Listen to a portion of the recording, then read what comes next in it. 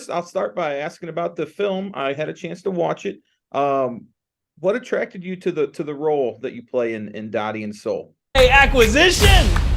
The business of transportation has just been irrevocably changed. And the face of that change is this toilet paper dragging bastard right here. You went to a party in shoe polish? Your girl posted a pic. She did what? You ruined my life. I honestly thought they would be staring at me. I was basically topless. We gotta have a new CEO. Excuse me? Until the acquisition goes through, you'll need the person of color.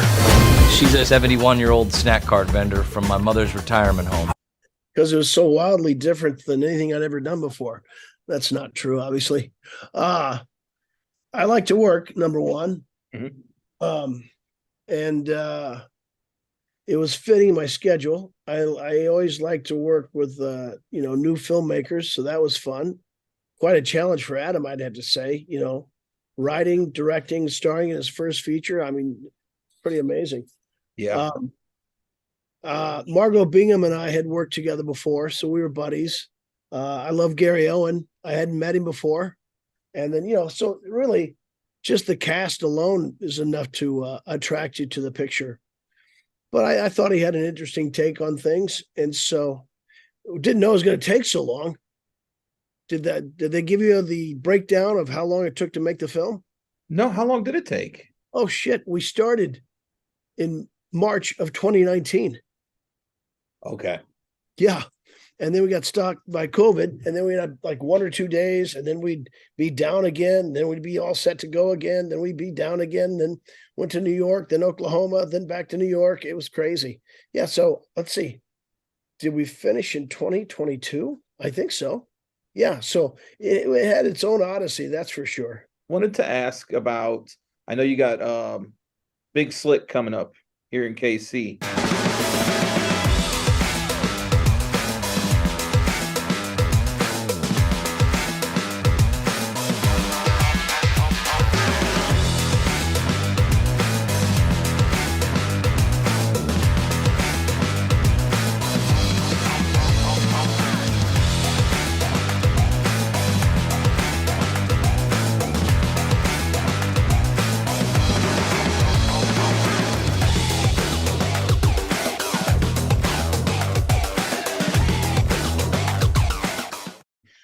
What can the public and the fans expect this summer from all you guys coming out here? Well, there's always a few new. I know they've announced it, so you keep your eye out. They're always announcing new guests. Mm-hmm. There's a lot of returning guests, some new ones. Also, this year we have a new host. Heidi Gardner is going to be a host this year. So we've got 6 of us now. Good Lord, one day we're going to have more hosts than guests. But so that's going to add some fresh, fun energy. So yeah, every Big Slick is unique, but always for the same purpose, right? Mm-hmm. How can we raise awareness and help families in need and support Children's Mercy Hospital?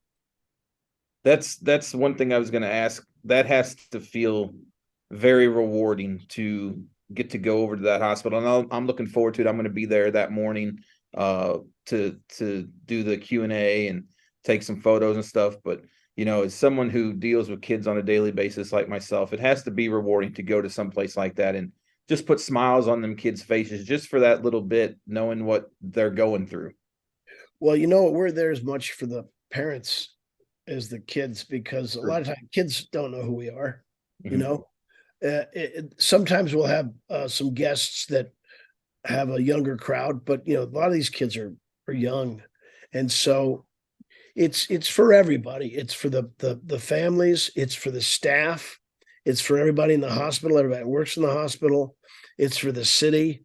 As you know, no one in Kansas City is unaffected by Children's Mercy. Everyone there has something that they have touched in a positive way everybody in Kansas City. Being that I'm from St. Louis, I see the way you 6 interact together, and it's very impressive that you all can come together and do something like this. Have you seen anything like this in any other city around the United States. No, I think it's unique. Yeah.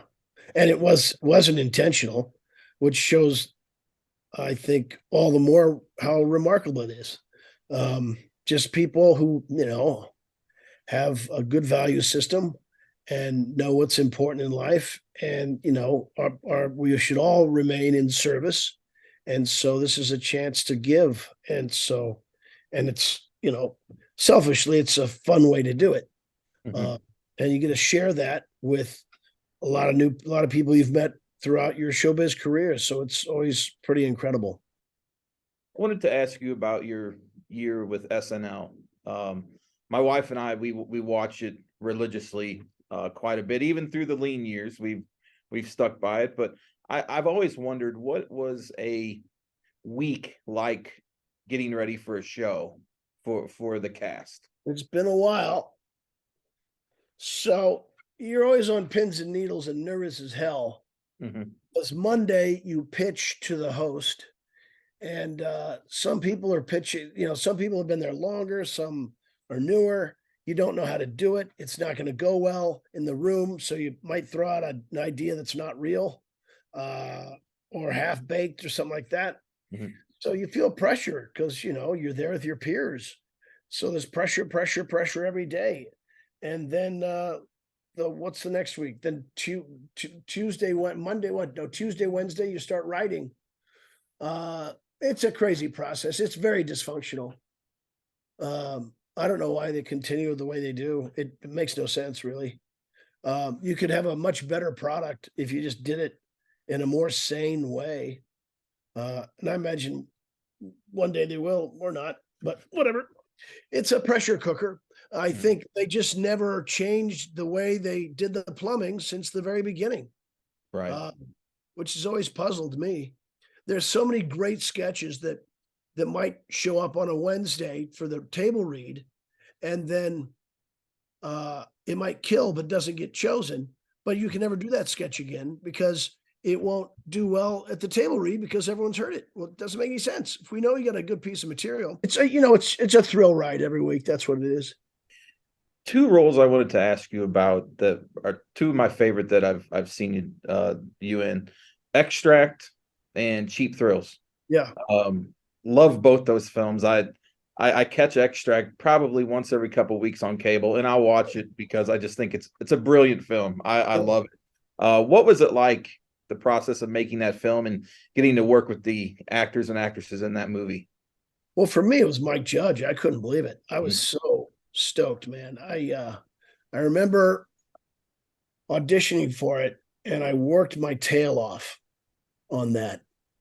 And I remember before I started my audition, Mike goes, this is an Anchorman, right? And I think he was saying that to maybe give me this, tonal reference. But I'd already prepared the character the way I had done it anyway. And I was so thrilled to get it. I mean, you think about what you want in a career and get to work with Mike Judge. That's definitely, as they say, one to check off a bucket list director to work with. So that was one of my favorite characters I've ever done. Quite frankly, I could do that for the rest of my life. Just that annoying nudge of a neighbor. And then to crack up Kristen Wiig, what do you want? Right? Yeah. And Jason Bateman is just as good as it gets, and so to work with those guys was just fantastic. And then Cheap Thrills. I mean, that was a departure for you. Yeah, we shot that. Comedy. We shot that in 9 days during rolling blackouts and a heat wave. I had no idea how it was going to turn out, and I was blown away. Now, you'll mention to your readers, this is not for children, but it's one of my favorite projects I've ever done. I just wish it would get more exposure. It's fantastic. That cast is as good as anybody I've ever worked with. That thing was like doing a play every day. In fact, you could make that thing a play. Mm-hmm. But yeah, I love that movie. I'm so happy to do it. I just wish more people got a chance to see it. Being that you're in this business, does it change the way you watch things, view things? Are there certain things that you just can't watch because you just know how it's made or something like that? No, No. I don't have any prejudice against one thing or another. I just want things to be good. Mm-hmm. You know, sometimes it might not be my cup of tea, but if it's a comedy, you got to root for it. I had a buddy of mine told me that years ago. Root for all comedies, TV and film, because if they work, they'll make more of them.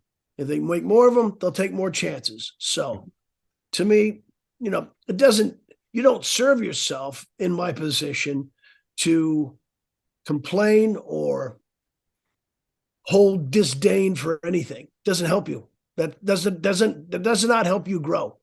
Sure. Awesome. Well, David, I appreciate your time and looking Bless, forward man. to All seeing right. you in a Say couple hello weeks. if we run into each other. God bless. Will do. Take care, man. Take care.